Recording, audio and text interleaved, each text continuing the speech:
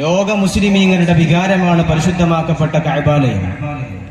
ഈ ലോകത്തിന്റെ തന്നെ നിലനിൽപ്പിന് ആധാരം കഅബാലയമാണ്. ഈ ലോകം ഇങ്ങനെ പ്രശ്നങ്ങളില്ലാതെ പ്രയാസങ്ങളില്ലാതെ ആയാസരഹിതമായി ഈ ലോകം ഇങ്ങനെ നിലനിൽക്കാനുള്ള കാരണം പരിശുദ്ധ കഅബാലയമാണ് എന്ന് ഹബീബായ പ്രവാചകൻ നബി മുഹമ്മദ് മുസ്തഫ സ്വല്ലല്ലാഹു അലൈഹി വസല്ലം തങ്ങൾ പഠിപ്പിക്കുന്നു. മുഅ്മിനീങ്ങളുടെ ആവേശമാണ് കഅബാലയം, സത്യവിശ്വാസികളുടെ ആനന്ദമാണ് കഅബാലയം. ഹബീബായ നബി സല്ലല്ലാഹു അലൈഹി വസല്ലം തങ്ങൾ പഠിപ്പിക്കുന്നു, ലാ തഖൂമുസ്സാഅതു ഹത്താ ലാ യുഹജ്ജൽ ബൈതു. പരിശുദ്ധമാക്കപ്പെട്ട കഅബാലയത്തിൽ ഹജ്ജ് ചെയ്യുന്ന കാലത്തോളം, പരിശുദ്ധമാക്കപ്പെട്ട കഅബാലയത്തിൽ തവാഫ് ചെയ്യാൻ ആളുകൾ ഉണ്ടാകുന്ന കാലത്തോളം ഈ ലോകത്തിന് അവസാനം സംഭവിക്കുകയില്ല, ഈ ലോകം അവസാനിക്കുകയില്ല എന്ന് ഹബീബായ നബി മുഹമ്മദ് മുസ്തഫ സ്വല്ലല്ലാഹു അലൈഹി വസല്ലം തങ്ങൾ പഠിപ്പിക്കുന്നു. കാരണം കഅബാലയം ഈ ലോകത്തിന്റെ അടിസ്ഥാനമാണ്. കഅബാലയം ഈ ലോകത്ത് നിലനിൽക്കുമ്പോ പരിശുദ്ധമാക്കപ്പെട്ട കഅബാലയം മക്കാ നഗരത്തിൽ പരിശുദ്ധമാക്കപ്പെട്ട കഅബാലയം നിലനിൽക്കുന്ന കാലത്തോളം ലോകം അവസാനിക്കുമെന്ന് ഒരാളും പേടിക്കേണ്ടതില്ല എന്ന് ഹബീബായ നബി മുഹമ്മദ് മുസ്തഫ സ്വല്ലല്ലാഹു അലൈഹി വസല്ലം തങ്ങൾ നമ്മെ ഉണർത്തുകയാണ്, പഠിപ്പിക്കുകയാണ്. പരിശുദ്ധമാക്കപ്പെട്ട കഅബാലയം പൊളിക്കപ്പെടുന്നതോടുകൂടെ കഅബാലയത്തിന്റെ കില്ലയിൽ നിന്ന് കഅബാലയത്തിന്റെ പരിശുദ്ധമാക്കപ്പെട്ട ആ കഅബാലയത്തിന്റെ കല്ലുകൾ അവിടെയുള്ള ഒരാൾ എടുത്തുകൊണ്ട്, ഒരു കുള്ളനായ മനുഷ്യൻ എടുത്തുകൊണ്ട് കഅബാലയം പൊളിക്കുന്നതോടുകൂടെയാണ് ലോകാവസാനത്തിന് നാന്ദി കുറിക്കുക എന്ന് ഹബീബായ നബി മുഹമ്മദ് മുസ്തഫ സ്വല്ലല്ലാഹു അലൈഹി വസല്ലം തങ്ങൾ നമ്മെ പഠിപ്പിക്കുന്നുണ്ട്. അതുകൊണ്ട് പരിശുദ്ധമാക്കപ്പെട്ട കഅബാലയത്തെ ലക്ഷ്യം വെച്ചുകൊണ്ട് പ്രിയപ്പെട്ട മുഅ്മിനീങ്ങളൊക്കെ കഅബാലയത്തിലേക്ക് യാത്രയാകുന്ന പരിശുദ്ധമാക്കപ്പെട്ട ഒരു സമയത്തിനും സന്ദർഭത്തിലുമാണ് നമ്മൾ ഉള്ളത്. അല്ലാഹു സുബ്ഹാനഹു വ തആല യുദ്ധം ഹറാമാക്കിയ 4 മാസങ്ങളുണ്ട്. യുദ്ധം ചെയ്യൽ ഹറാമാണ് എന്ന് ജാഹിലിയ കാലഘട്ടക്കാർ തന്നെ വിശേഷിപ്പിച്ച, കള്ളിനും പെണ്ണിനും സകല ലഹരികൾക്കും അടിമയായ 6-ാം നൂറ്റാണ്ടിലെ കാട്ടറബികൾ പോലും വിശ്വസിച്ച പവിത്രത കൽപ്പിച്ച 4 മാസങ്ങളാണ് ദുൽഹിജ്ജയും ദുൽഖഅദും മുഹറമും റജബും. ഈ 4 മാസങ്ങളിൽ കാട്ടറബികളായ എല്ലാ തോന്നിവാസങ്ങൾക്കും, എല്ലാ താന്തോന്നിത്തരങ്ങൾക്കും നേതൃത്വം നൽകിയ മക്കയിലെ കാഫിരീങ്ങൾ പോലും ആ 4 മാസങ്ങൾക്ക് പവിത്രത കൽപ്പിച്ചിരുന്നു. ദുൽഖഅദിനും ദുൽഹിജ്ജക്കും മുഹറമിനും റജബിനും. ഈ 4 മാസങ്ങളിൽ യുദ്ധക്കൊതിയന്മാരായിരുന്ന അറബികൾ പോലും വാളുകൾ എടുത്തിരുന്നില്ല എന്ന് ചരിത്രകാരന്മാർ രേഖപ്പെടുത്തുന്നുണ്ട്. അത്രത്തോളം പവിത്രമായ പരിശുദ്ധമായ ഒരു മാസത്തിലാണ് നമ്മൾ നിലകൊള്ളുന്നത്. ഈ മാസത്തിന്റെ പവിത്രത, വരാനിരിക്കുന്ന മാസത്തിന്റെ പവിത്രത, അത് നമ്മൾ കൃത്യമായി ഉൾക്കൊള്ളേണ്ടതുണ്ട്. പരിശുദ്ധമാക്കപ്പെട്ട കഅബാലയം ഞാൻ പറഞ്ഞല്ലോ, അത് ലോകത്തിന്റെ തന്നെ പ്രതീക്ഷയാണ്.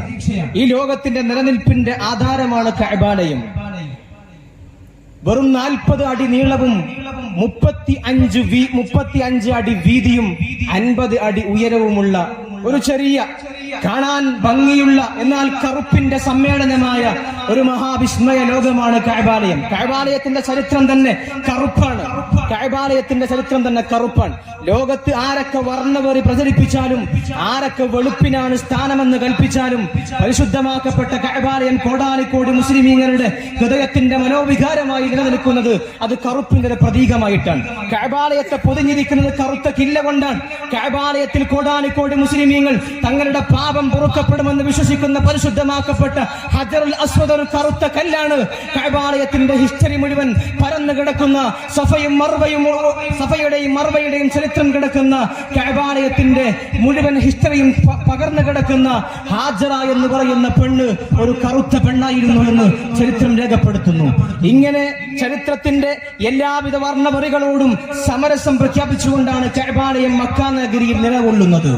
ലോക മുസ്ലിമീങ്ങളുടെ, ലോകത്തുള്ള മുഴുവൻ മനുഷ്യന്മാരുടെയും ആവേശമായി കഅബാലയം നിലകൊള്ളുമ്പോ നമുക്കൊക്കെ ഒരു ആഗ്രഹമുണ്ട്. എന്താണ് ആഗ്രഹം? പരിശുദ്ധമാക്കപ്പെട്ട കഅബാലയത്തിൽ പോയി ഒന്ന് തവാഫ് ചെയ്യണം. ആ പരിശുദ്ധമാക്കപ്പെട്ട ഗേഹം തന്റെ കണ്ണുകൾ കൊണ്ട്, അല്ലാഹു നൽകിയ കരങ്ങൾ കൊണ്ട്, കണ്ണുകൾ കൊണ്ട് ആ കഅബാലയം ഒന്ന് കാണണം, ഹജറുൽ അസ്വദ് ഒന്ന് മുത്തണമെന്ന് ആഗ്രഹിക്കാത്ത, എന്ന് കൊതിക്കാത്ത ഒരു മുഅ്മിനീങ്ങളും ഉണ്ടാവില്ല. ലോകത്തുള്ള എല്ലാ മുസ്ലിമീങ്ങളും തങ്ങളുടെ സമ്പത്ത് മുഴുവൻ, തങ്ങളുടെ പണം മുഴുവൻ അതിനുവേണ്ടി സ്വരുകൂട്ടി വെക്കുന്ന ആളുകളുണ്ട്. കഅബാലയത്തിൽ പോയി ഉംറ ചെയ്യാൻ ആഗ്രഹിക്കുന്ന ആളുകളുണ്ട്, ഹജ്ജ് ചെയ്യാൻ ആഗ്രഹിക്കുന്നുണ്ട്. എന്നാൽ ഹബീബായ നബി മുഹമ്മദ് മുസ്തഫ സ്വല്ലല്ലാഹു അലൈഹി വസല്ലം തങ്ങൾ നമുക്ക് ചില മാർഗങ്ങൾ പഠിപ്പിച്ചു തന്നിട്ടുണ്ട്. നമ്മുടെ കയ്യിൽ പണമില്ല, അതുകൊണ്ട് വിഷമിക്കണമെന്നല്ല പറയുന്നത്. ഹബീബായ നബി സല്ലല്ലാഹു അലൈഹി വസല്ലം തങ്ങൾ അവിടുത്തെ പ്രിയപ്പെട്ട സ്വഹാബത്തിനോട് പറഞ്ഞു കൊടുത്ത ചില കാര്യങ്ങളുണ്ട്. നമ്മുടെ വീട്ടിലിരുന്ന് നമ്മുടെ റൂമിന്റെ അകത്തിരുന്നു കൊണ്ട് നമുക്ക് കഅബാലയത്തിൽ ചെന്നുപോയ ഹജ്ജിന്റെ കൂലി ലഭിക്കുന്ന അമലുകൾ, നമ്മുടെ വീടകത്തിരുന്നിട്ടുണ്ട് നമ്മുടെ പള്ളിയിലിരുന്നു കൊണ്ട് നമുക്ക് കഅബാലയത്തിൽ പോയി ഹജ്ജിന്റെ കൂലി കിട്ടുന്ന ചില കാര്യങ്ങൾ ഹബീബായ നബി മുഹമ്മദ് മുസ്തഫ സ്വല്ലല്ലാഹു അലൈഹി വസല്ലം തങ്ങൾ പഠിപ്പിക്കുന്നുണ്ട്. അല്ലാഹുവിന്റെ റസൂലിന്റെ മുമ്പിലേക്ക് ജാൽ ഫുഖറാഉ ഇലാ റസൂലില്ലാഹ് ഹബീബായ നബി സല്ലല്ലാഹു അലൈഹി വസല്ലം തങ്ങളുടെ മുമ്പിലേക്ക് ചില പാവപ്പെട്ട സ്വഹാബികൾ കടന്നു വരികയാണ്. ചില പാവപ്പെട്ട സ്വഹാബികൾ അല്ലാഹുവിന്റെ റസൂലിന്റെ പരിശുദ്ധമാക്കപ്പെട്ട മദീന പള്ളിയുടെ മസ്ജിദുൻ നബവിയുടെ ചാരത്ത് വരികയാണ്. എന്നിട്ട് ഹബീബിനോട് പറയുന്നു, ഹബീബായ നബിയേ, ذهب أهل الدثور بالأجور. അല്ലാഹുവിന്റെ റസൂലേ, ഹബീബായ നബിയേ, ഞങ്ങൾ പാവപ്പെട്ട സ്വഹാബത്താണ് നബിയേ. അല്ലാഹുവിന്റെ റസൂലിന്റെ പാവപ്പെട്ട സ്വഹാബത്താണ്, കയ്യിൽ പണമില്ലാത്ത സ്വഹാബത്താണ്, ജീവിക്കാൻ വിശന്നൊട്ടിയ വയറുമായി ജീവിക്കുന്ന സ്വഹാബത്താണ്. ആ സ്വഹാബത്ത് അല്ലാഹുവിന്റെ റസൂലിന്റെ മുമ്പിലേക്ക് വന്ന് പറയുന്നു, ഹബീബായ നബിയേ, ذهب أهل الدثور بالأجور. ഞങ്ങളുടെ കൂട്ടത്തിൽ ഒരുപാട് സമ്പത്തുള്ള സ്വഹാബത്തുണ്ട്, ഞങ്ങളുടെ കൂട്ടത്തിൽ ഒരുപാട് പണമുള്ള സ്വഹാബത്തുണ്ട്, ഒരുപാട് പണം ഒരു കൂട്ടിയ സ്വഹാബത്തുണ്ട് നബിയേ. അവരുണ്ടല്ലോ ഹബീബായ നബിയേ, അവർക്കാണ് എല്ലാ കൂലിയും ലഭിക്കുന്നത്, എല്ലാ കൂലിയും അവരാണ് കൊണ്ടുപോകുന്നത് നബിയേ. ഞങ്ങൾക്ക് കൂലി ലഭിക്കുന്നില്ല, കാരണം അവർക്ക് സമ്പത്തുണ്ട്, അവരുടെ കയ്യിൽ പണമുണ്ട് നബിയേ. അല്ലാഹുവിന്റെ റസൂലിനോട് സ്വഹാബത്ത് പറയുകയാണ്, യുസല്ലൂന കമാ നുസല്ലി. ഞങ്ങൾ നിസ്കരിക്കുന്നത് പോലെ ആ പണമുള്ള സ്വഹാബത്തും നിസ്കരിക്കുന്നുണ്ട്. വയസൂമൂന കമാ നസൂമു. ഞങ്ങൾ നോമ്പ് നോൽക്കുന്നത് പോലെ, ഞങ്ങൾ പ്രഭാതം മുതൽ പ്രദോഷം വരെ ഞങ്ങൾ ക്ഷീണം സഹിക്കുന്നത് പോലെ അവരും അല്ലാഹുവിന്റെ റസൂലേ, അവരുമുണ്ടല്ലോ നബിയെ, നോമ്പ് നോൽക്കുന്നുണ്ട്. പക്ഷേ വയതസദ്ദഖൂൻ. അല്ലാഹുവിന്റെ റസൂലിനോട് പാവപ്പെട്ട സ്വഹാബത്ത് വന്നിട്ട് പറയുകയാണ്, ഞങ്ങൾ നിസ്കരിക്കുന്നത് പോലെ പണമുള്ള സ്വഹാബത്തും നിസ്കരിക്കുന്നുണ്ട്, ഞങ്ങൾ നോമ്പ് നോൽക്കുന്നത് പോലെ അവരും നോമ്പ് നോൽക്കുന്നുണ്ട്. പക്ഷേ അവരുടെ കയ്യിൽ അല്ലാഹു പണം കൊടുത്തിട്ടുണ്ട് നബിയേ. ആ പണം കൊണ്ട് യഹ്ജൂനൽ ബൈത, അവര് പരിശുദ്ധമാക്കപ്പെട്ട കഅബാലയത്തിൽ പോയി ഹജ്ജ് ചെയ്യുന്നു നബിയേ. വയഅ്തമിറൂന, അവര് കഅബാലയത്തിൽ മാസങ്ങളിൽ പോയിട്ട് ആഴ്ചകളിൽ പോയിട്ട് ഹജ്ജ് നിർവഹിക്കുന്ന ആളുകളാണ്. വയതസദ്ദഖൂന, അവര് ദീനുൽ ഇസ്ലാമിന്റെ കാര്യം വന്നാൽ, യുദ്ധത്തിന്റെ കാര്യം വന്നാൽ അവർ സ്വന്തം കീശയിൽ നിന്ന് പൈസ ഇറക്കുന്ന സ്വഹാബത്താണ് അല്ലാഹുവിന്റെ റസൂലേ. അതുകൊണ്ട് ഞങ്ങളും നിസ്കരിക്കുന്നുണ്ട്, അവരും നിസ്കരിക്കുന്നുണ്ട്. പക്ഷേ ഞങ്ങളുടെ കയ്യിൽ കൊടുക്കാൻ പണമില്ല, അവരുടെ കയ്യിൽ കൊടുക്കാൻ പണമുണ്ട് നബിയേ. അതുകൊണ്ട് എല്ലാ കൂലിയും അവർ കൊണ്ടുപോകുന്നു നബിയേ എന്ന് മഹാനമാരായ സ്വഹാബത്ത്, പാവപ്പെട്ട സ്വഹാബത്ത് അല്ലാഹുവിന്റെ റസൂലിന്റെ മുമ്പിൽ വന്ന് പരാതി പറയുകയാണ്. എന്റെ പ്രിയമുള്ള ഉമ്മമാരെ, പ്രിയമുള്ളവരെ, മഹാനായ ഉസ്മാൻ ഇബ്നു അഫ്ഫാൻ റളിയല്ലാഹു അൻഹുവിന്റെ ചരിത്രം നമുക്കറിയല്ലോ.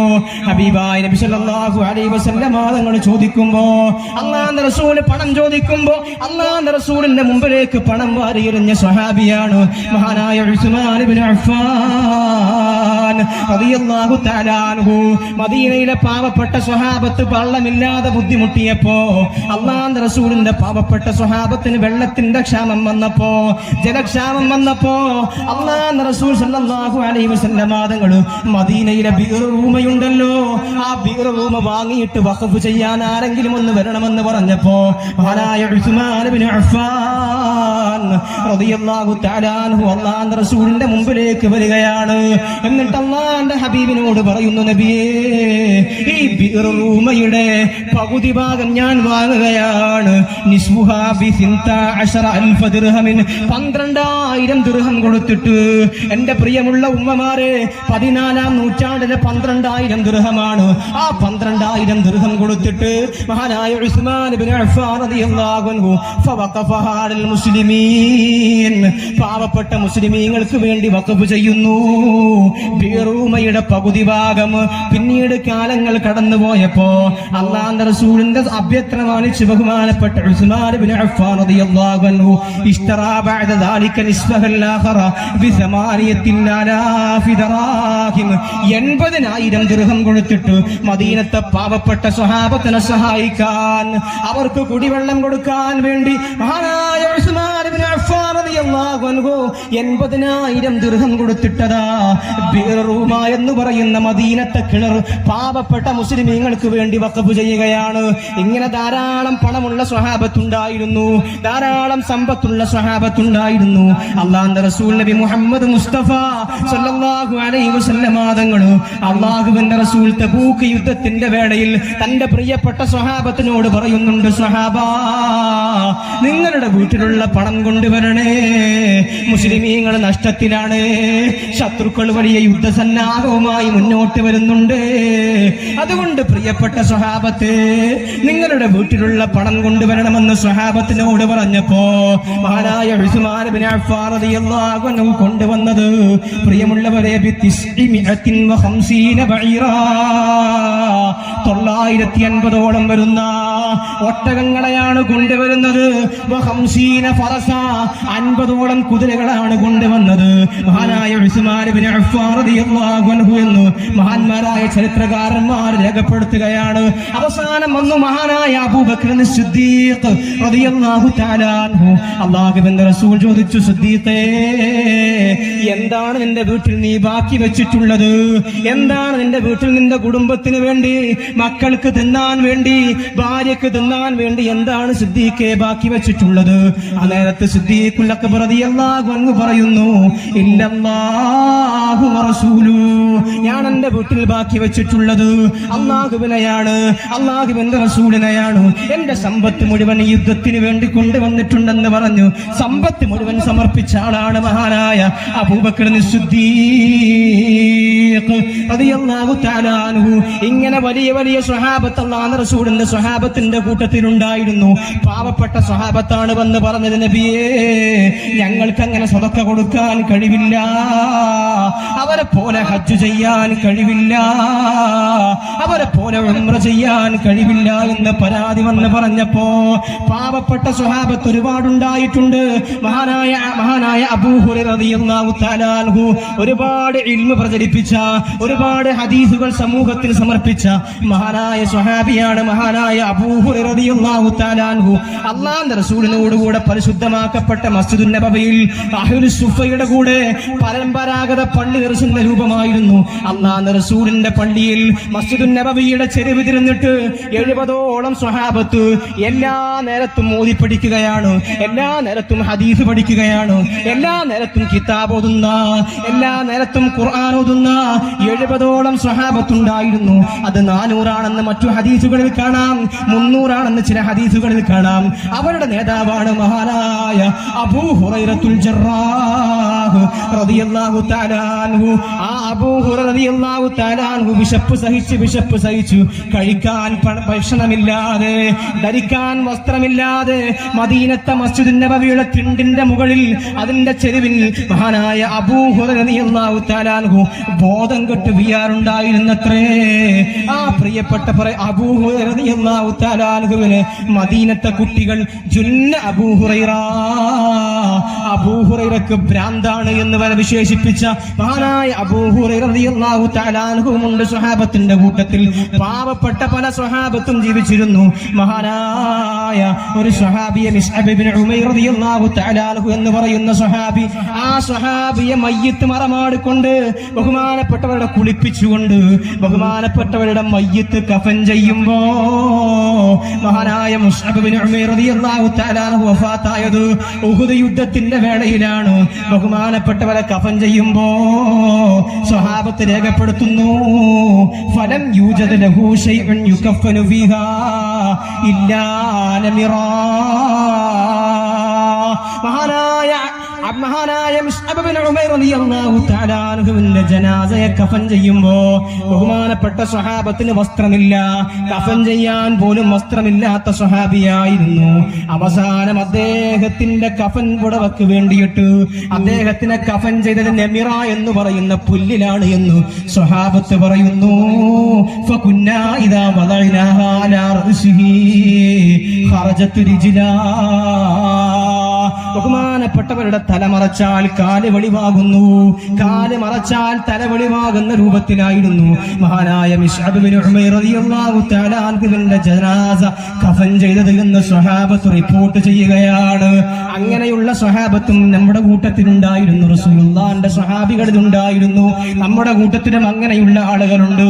പണമുള്ള ആളുകളുണ്ട്, പാവപ്പെട്ട ആളുകളുണ്ട്, പാവപ്പെട്ട് ജീവിക്കുന്ന ആളുകളുണ്ട്, ധാരാളം സമ്പത്ത് നൽകി അള്ളാഹു ഔദാര്യം കൊടുത്ത ആളുകളുണ്ട്. ഏതായാലും പാവപ്പെട്ട ചില സ്വഹാബത്ത് വന്നിട്ട് നബിയോട് പരാതി പറയുന്നു, നബിയേ ഞങ്ങളുടെ കയ്യിൽ പണം കൊടുക്കാൻ, സദഖ കൊടുക്കാൻ പണമില്ല നബിയേ, ഉംറ ചെയ്യാൻ പണമില്ല നബിയേ, ഹജ്ജ് ചെയ്യാൻ പണമില്ല നബിയേ എന്ന് പറഞ്ഞപ്പോ ഹബീബായ നബി സല്ലല്ലാഹു അലൈഹി വസല്ലം തങ്ങൾ ആ സ്വഹാബത്തിനോട് പറഞ്ഞു കൊടുക്കുന്നു, അലാ ഉഹദ്ദിസുകും ബിമാൽ, ഞാൻ നിങ്ങൾക്കൊരു സമ്പത്ത് പറഞ്ഞു തരാം. എന്റെ പ്രിയപ്പെട്ട ഉമ്മമാരെ ശ്രദ്ധിച്ചു കേൾക്കണേ. അല്ലാഹുവിന്റെ റസൂൽ പറഞ്ഞു കൊടുക്കുകയാണ്, പ്രിയപ്പെട്ട സ്വഹാബ നിങ്ങൾ വിഷമിക്കണ്ട, ഞാൻ നിങ്ങൾക്ക് നല്ലൊരു സമ്പത്ത് പറഞ്ഞു തരാം, ഞാൻ നിങ്ങൾക്ക് നല്ലൊരു സമ്പത്ത് പറഞ്ഞു തരാം, വലിയൊരു സമ്പാദ്യം പറഞ്ഞു തരാം. അല്ലാഹുവിന്റെ റസൂൽ പറയുന്നു, സ്വഹാബ ആ സമ്പത്തെങ്ങാനും നിങ്ങൾ ചെയ്താൽ ലഹിക്കും മനസ്സബക്കും, നിങ്ങളുടെ കൂടെയുള്ള സമ്പത്തുള്ള സ്വഹാബത്തുണ്ടല്ലോ, അവർ ചെയ്ത കൂലി നിങ്ങൾക്ക് ലഭിക്കുന്നു. അവര് ഹജ്ജ് ചെയ്തിട്ടുണ്ടോ, അവരുടെ ഹജ്ജ് ചെയ്ത കൂലി നിങ്ങൾക്കുണ്ട് സ്വഹാബ. അവർ ഉംറ ചെയ്ത കൂലിയുണ്ടല്ലോ, ആ കൂലിയും നിങ്ങൾക്കുണ്ട് സ്വഹാബ. അല്ലാഹുവിന്റെ റസൂല് പറഞ്ഞു കൊടുക്കുകയാണ്, തുസബ്ബിഹൂനാ വതുഹമ്മിദൂനാ വതുകബ്ബിറൂനാ ഖൽഫ കുല്ലി സ്വലാത്തിൻ 33. അല്ലാഹുവിന്റെ റസൂൽ പറഞ്ഞു കൊടുക്കുന്നു, പ്രിയപ്പെട്ട സ്വഹാബ, തുസബ്ബിഹൂനാ വതുഹമ്മിദൂനാ വതുകബ്ബിറൂനാ 33. 5 വക്ത് നിസ്കാരമുണ്ടല്ലോ, നമ്മൾ ദുഹ്ർ നിസ്കരിക്കുന്നുണ്ട്, അസ്ർ നിസ്കരിക്കുന്നുണ്ട്, മഗ്രിബ് നിസ്കരിക്കുന്നുണ്ട്, സുബ്ഹി നിസ്കരിക്കുന്നുണ്ട്, ഇശാ നിസ്കരിക്കുന്നുണ്ട്. ഈ 5 വക്ത് നിസ്കാരങ്ങൾക്ക് ശേഷം 33 പ്രാവശ്യം സുബ്ഹാനല്ലാഹ് ചൊല്ലാൻ നമുക്ക് സമയമുണ്ടോ? അൽഹംദുലില്ലാഹ് ചൊല്ലാൻ സമയമുണ്ടോ? അല്ലാഹു അക്ബർ 33 പ്രാവശ്യം ചൊല്ലാൻ സമയമുണ്ടോ? എന്നാൽ നമ്മുടെ വീടിനകത്തിരുന്നിട്ട്, നമ്മുടെ പള്ളിയിലിരുന്നിട്ട് നമുക്ക് ഹജ്ജ് ചെയ്ത കൂലി ലഭിക്കുമെന്ന്, നമുക്ക് ഉംറ ചെയ്ത കൂലി ലഭിക്കുമെന്ന് ഹബീബായ നബി മുഹമ്മദ് മുസ്തഫ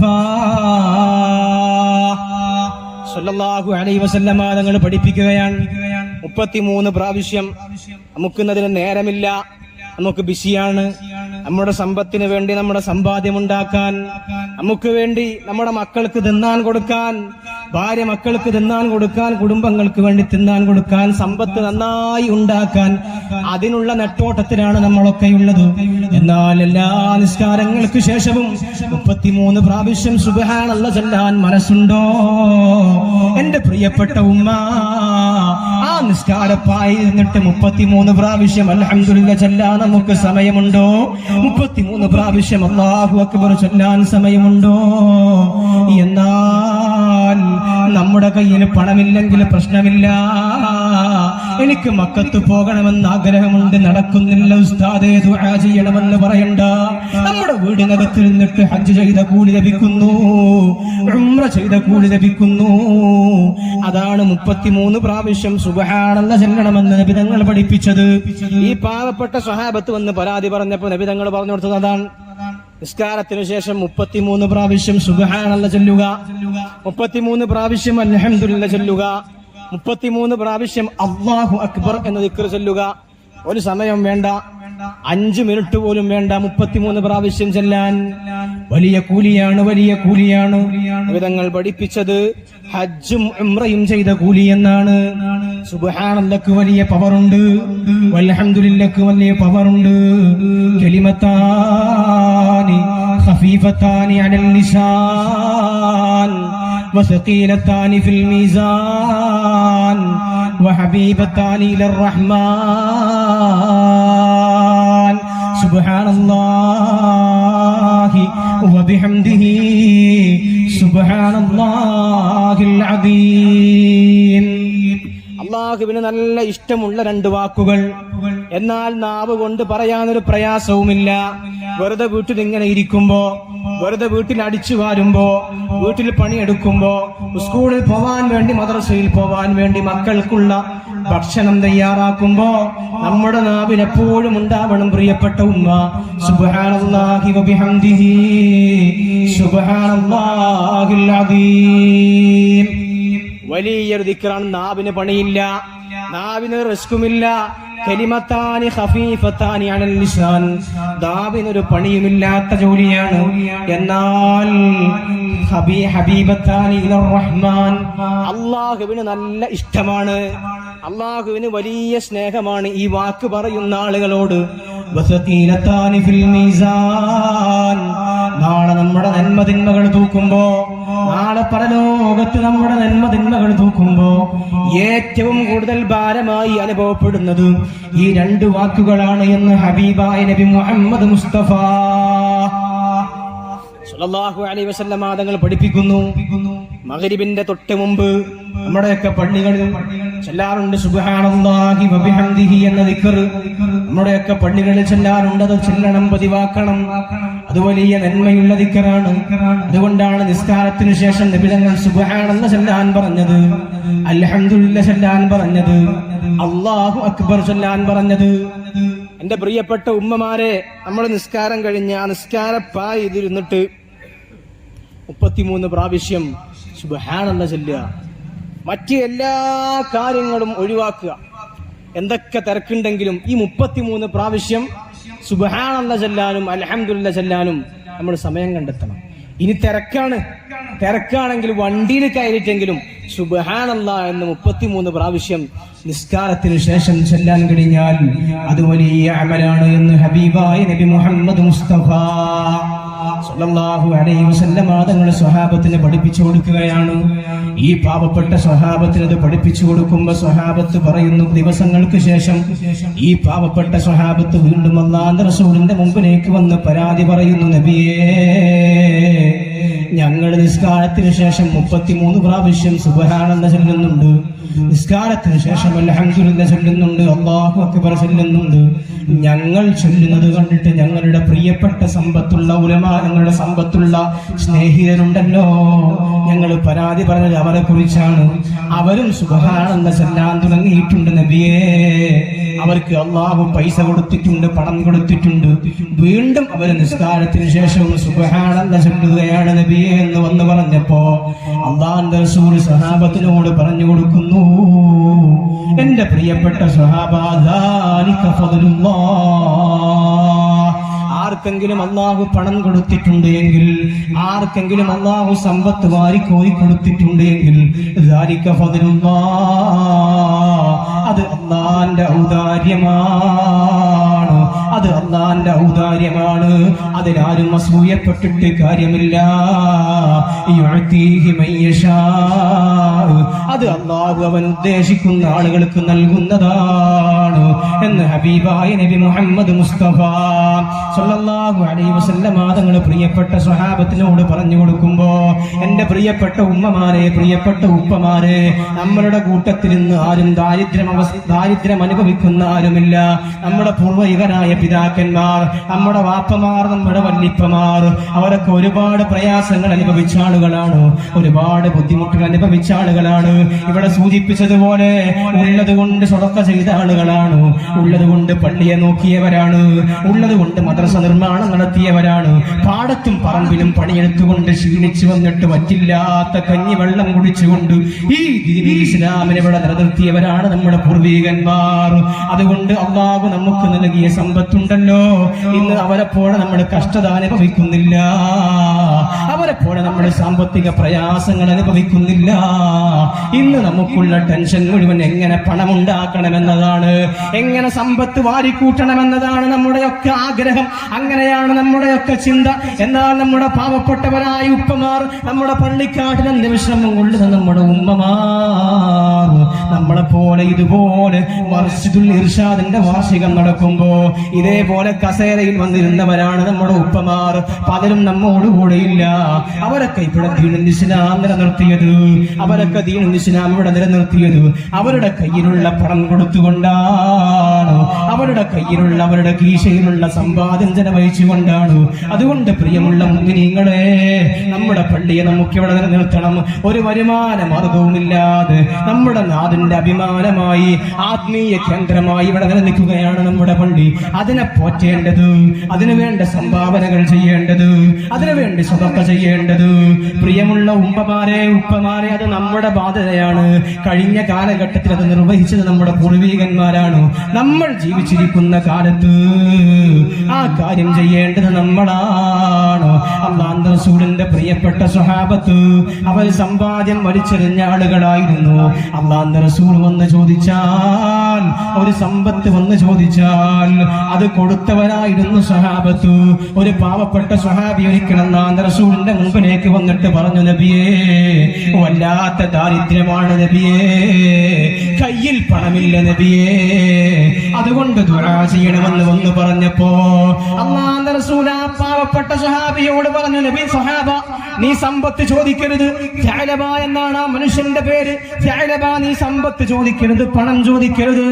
ഇന്നലി കുല്ലി ഉമ്മത്തിൻ ഫിത്ന, ഫിത്നതു ഉമ്മത്തിയൽ മാൽ. എല്ലാ സമൂഹത്തിനും ഫിത്നയുണ്ട്, എല്ലാ നബിമാരുടെ സമുദായത്തിനും ഫിത്നയുണ്ട്. എന്റെ ഉമ്മത്തിന്റെ ഫിത്ന സമ്പത്താണ്, അതുകൊണ്ട് സമ്പത്ത് ചോദിക്കല്ല എന്ന് പറഞ്ഞപ്പോ ആ പാവപ്പെട്ട സ്വഹാബി വീണ്ടും നബിയോട് പറഞ്ഞു, നബിയേ, എനിക്ക് സമ്പത്തില്ലാതെ ജീവിക്കാൻ കഴിയില്ല നബിയേ, എന്റെ വീട്ടിൽ പട്ടിണിയാണ് നബിയേ, പരിവട്ടമാണ് നബിയേ എന്ന് വന്ന് പറഞ്ഞപ്പോ അവസാനം അല്ലാഹുവിന്റെ റസൂൽ ആ സ്വഹാബിക്ക് ഒരു ആടിനെ കൊടുക്കുകയാണ്, ആ സ്വഹാബിക്ക് ഒരു പെണ്ണാടിനെ കൊടുക്കുന്നു. അല്ലാഹുവിന്റെ റസൂൽ പറയുന്നു, അല്ലാഹുമ്മ ബാരിക് ലി സഅലബത ഫീ മാലിഹി, അല്ലാഹുവേ സഅലബയുടെ സമ്പത്തിൽ നീ ബർക്കത്ത് കൊടുക്കണേ അല്ലാഹ് എന്ന് അല്ലാഹുവിന്റെ റസൂൽ ദുആ ചെയ്യുന്നു. ആ സ്വഹാബി തന്റെ ആടുമായിട്ട് പോകുന്നു. അവസാനം അല്ലാഹുവിന്റെ റസൂലിന്റെ ദുആഇന്റെ ബർക്കത്ത് കൊണ്ട് സഅലബ എന്ന് പറയുന്ന ആ സ്വഹാബിയുടെ ആടക മദീനയുടെ മലഞ്ചെരിവ് മുഴുവൻ നിറഞ്ഞു നിൽക്കുകയാണ്. മദീനയുടെ മലഞ്ചെരിവ് മുഴുവൻ സഅലബയുടെ ആടുകളാണ്. എന്നും ജമാഅത്തിന് വന്നിരുന്ന സഅലബയാണ്, എന്നും സുബഹി നിസ്കാരത്തിന് പള്ളിയിൽ വന്നിരുന്ന സഅലബയാണ്, എന്നും ജമാഅത്തിന് അവ്വൽ വക്തിൽ ഇമാമിനോടൊപ്പം തക്ബീറത്തുൽ ഇഹ്റാം കെട്ടിയിരുന്ന സഅലബയാണ്. ആ സഅലബയെ പിന്നെ പള്ളിയിലേക്ക് കാണുന്നില്ല, ദീനിന്റെ പ്രവർത്തനങ്ങളിൽ കാണുന്നില്ല. അവസാനം അല്ലാഹുവിന്റെ റസൂൽ സഅലബയുടെ മുമ്പിൽ പോവുകയാണ്. സഅലബയോട് പറഞ്ഞു, സഅലബ, നിനക്ക് ഒരുപാട് ആടുകളുണ്ട്, 40 ആടുകൾ ഉണ്ടായാൽ സകാത്ത് കൊടുക്കണമെന്നാണ്. 40 ആടുകൾ ഒരാളുടെ കയ്യിൽ ഒരു വർഷമുണ്ടെങ്കിൽ ഒരാടിന് സകാത്ത് കൊടുക്കണമെന്നാണ്. അതുകൊണ്ട് സകാത്ത് പിരിക്കാൻ വന്നതാണ് എന്ന് ഹബീബായ നബി മുഹമ്മദ് മുസ്തഫ സ്വല്ലല്ലാഹു അലൈഹി വസല്ലം തങ്ങൾ സഅലബയുടെ മുമ്പിൽ ചെന്ന് പറയുമ്പോ ധിക്കാരിയായ സഅലബയുണ്ടല്ലോ, സഅലബ അല്ലാഹുവിന്റെ റസൂലിനോട് പറയുന്നു, നബിയേ, നബിയേ, ഞാൻ എന്റെ സമ്പത്തിൽ നിന്ന് സകാത്ത് തരില്ല, ഞാൻ എന്റെ സമ്പത്തിൽ നിന്ന് സകാത്ത് തരില്ല എന്ന് സഅലബ അല്ലാഹുവിന്റെ റസൂലിനോട് ധിക്കാരപൂർവ്വം പെരുമാറിയൊരു ചരിത്രമുണ്ട്. അവസാനം ഞാൻ നീട്ടി പറയുകയല്ല ചരിത്രം. അവസാനം ആ സഅലബ മരണപ്പെട്ടത് എന്നും മസ്ജിദുൻ നബവിയിലെ ഹബീബായ നബിയോടുകൂടെ തക്ബീറത്തുൽ ഇഹ്റാം കെട്ടിയിരുന്ന സഅലബ, എല്ലാ വക്തിലും ജമാഅത്തിന് വന്നിരുന്ന സഅലബയുണ്ടല്ലോ, ആ സഅലബ അവസാനം മുനാഫിക്കായി മരിച്ചുപോയത്രേ. അവസാനം മുനാഫിക്കായി മരിച്ചുപോയെന്ന ചരിത്രം രേഖപ്പെടുത്തുമ്പോ നമ്മുടെ കയ്യിലുള്ള സമ്പത്ത്, ആ സമ്പത്ത് അല്ലാഹു നൽകിയ വലിയ ഔദാര്യമാണ്. അതുകൊണ്ട് അല്ലാഹു എപ്പോഴും അത് തിരിച്ചെടുക്കുമെന്ന ബോധം നമുക്ക് വേണം. അൽമാലു വൽ ബനൂന സീനത്തുൽ ഹയാത്തിദ് ദുനിയാ. നമ്മുടെ മക്കളുണ്ടല്ലോ, നമ്മുടെ സമ്പത്തുണ്ടല്ലോ, നമ്മുടെ കാറുണ്ടല്ലോ, നമ്മുടെ ബൈക്കുണ്ടല്ലോ, എല്ലാം അല്ലാഹുവിന്റെ ഔദാര്യമാണ്. അത് ഈ ദുനിയാവിന്റെ ഭംഗിയാണ്. ആ ദുനിയാവിന്റെ ഭംഗിയിൽ ആരും ലയിച്ചു പോകണ്ട. നാളെ നമ്മളൊക്കെ കിടക്കേണ്ടത് 6 അടി മണ്ണിലാണ്. ഇന്ന് AC ഫിറ്റ് ചെയ്ത റൂമിലാണ് കിടന്നുറങ്ങുന്നതെങ്കിൽ നാളെ നമ്മെ വരവേൽക്കാനിരിക്കുന്നത് ചിതരും പുഴുക്കളുമാണ്. പ്രിയമുള്ള ഉമ്മമാരെ, പ്രിയമുള്ള ഉപ്പമാരെ, അതുകൊണ്ട് പരിശുദ്ധമാക്കപ്പെട്ട ദീനുൽ ഇസ്ലാമിനെ സഹായിക്കാൻ, പരിശുദ്ധമാക്കപ്പെട്ട ദീനുൽ ഇസ്ലാമിന്റെ സംരംഭങ്ങളെ സഹായിക്കാൻ നമ്മൾ ജാഗ്രത കാണിക്കണം. ഞാൻ നീട്ടി പറയുകയല്ല, ഹജ്ജിന്റെ മാസമാണ് വരാൻ പോകുന്നത്. അല്ലാഹുവിന്റെ റസൂൽ സല്ലല്ലാഹു അലൈഹി വസല്ലം തങ്ങൾ ഹജ്ജ് ചെയ്ത കൂലി ലഭിക്കുന്ന ഒരുപാട് പുണ്യപ്രവർത്തനങ്ങൾ നമുക്ക് പറഞ്ഞു തന്നിട്ടുണ്ട്. ഒരുപാട് പുണ്യപ്രവർത്തനങ്ങൾ ഹജ്ജിന്റെ കൂലി ലഭിക്കും. അത് നമ്മുടെ വീട്ടിൽ നിന്ന് ചെയ്താൽ മതി, നമ്മുടെ പള്ളിയിൽ നിന്ന് ചെയ്താൽ മതി. ഒരു ഹദീസിൽ കാണാം, മൻ സല്ലൽ ഗദാത ഫീ ജമാഅ, ആരെങ്കിലും ഒരാൾ സുബഹി നമസ്കാരം നിസ്കരിച്ചാൽ, ജമാഅത്തോടുകൂടെ സുബഹി നിസ്കരിച്ചാൽ, ജമാഅത്തായി ആരെങ്കിലും ഒരാൾ സുബഹി നിസ്കരിച്ചു, സുമ്മ ഖഅദ യദ്കുറുല്ലാഹ് ഹത്താ തത്ലുഅ അശംസു, സൂര്യൻ ഉദിക്കുന്നത് വരെ സുബഹി നിസ്കരിച്ച അതേ സ്ഥലത്ത് നിന്നിട്ട് ഒരാൾ ദിക്ർ ചൊല്ലി, സൂര്യൻ ഉദിച്ചതിനു ശേഷം സുമ്മ സല്ലാ റക്അത്തൈൻ, പിന്നെ 2 റക്അത്ത്, സൂര്യൻ ഉദിച്ച് 8 മുഴം ഉയർന്നതിന് ശേഷം 2 റക്അത്ത് ദുഹയും ഒരാൾ നിസ്കരിച്ചു. അല്ലാഹുവിന്റെ റസൂൽ തങ്ങൾ പറയുകയാണ്, ഒരാൾ സുബഹി നിസ്കാരം ജമാഅത്തായി നിസ്കരിച്ചു, അതേ സ്ഥലത്തിരുന്നു, അല്ലാഹുവിനെ ദിക്ർ ചൊല്ലി, സുബഹി നിസ്കാരം ജമാഅത്ത് കഴിഞ്ഞ് അതേ സ്ഥലത്തിരുന്ന് ദിക്ർ ചൊല്ലി, സൂര്യൻ ഉദിച്ച് 8 മുഴം ഉയർന്നതിന് ശേഷം ദുഹാ നിസ്കരിച്ചു. അല്ലാഹുവിന്റെ റസൂൽ പറയുന്നു, കാനത്ത് ലഹു കഅജ്രി ഹജ്ജത്തിൻ വഉംറ, അതവനിക്ക് പരിപൂർണമായ ഹജ്ജും ഉംറയും ചെയ്ത കൂലിയാണ്. അല്ലാഹുവിന്റെ റസൂൽ പറഞ്ഞത് താമ്മത്തിൻ താമ്മത്തിൻ താമ്മത്തിൻ 3 പ്രാവശ്യം പറഞ്ഞു. പരിപൂർണമായ ഹജ്ജ് ചെയ്ത കൂലി, പരിപൂർണമായ ഉംറ ചെയ്ത കൂലി. സുബഹി ജമാഅത്തായി നിസ്കരിച്ചു, വലിയ പണിയൊന്നുമില്ല, സുബഹി ജമാഅത്തായി നിസ്കരിച്ചു, അതേ സ്ഥലത്തിരുന്നു, അതേ സ്ഥലത്തിരുന്നിട്ട് അല്ലാഹുവിനെ കുറച്ച് ദിക്ർ ചൊല്ലി, ഒരു അരമണിക്കൂർ 1 മണിക്കൂർ അത്രയേ ഉള്ളൂ. അതിനുശേഷം 2 റക്അത്ത് ദുഹാ നിസ്കരിച്ചു. അങ്ങനെയായാൽ ഫലഹു കഅജ്രി ഹജ്ജത്തിൻ വഉംറത്തിൻ താമ്മത്തിൻ താമ്മത്തിൻ, പരിപൂർണമായ ഒരു ഹജ്ജും ഒരു ഉംറയും ചെയ്ത കൂലി.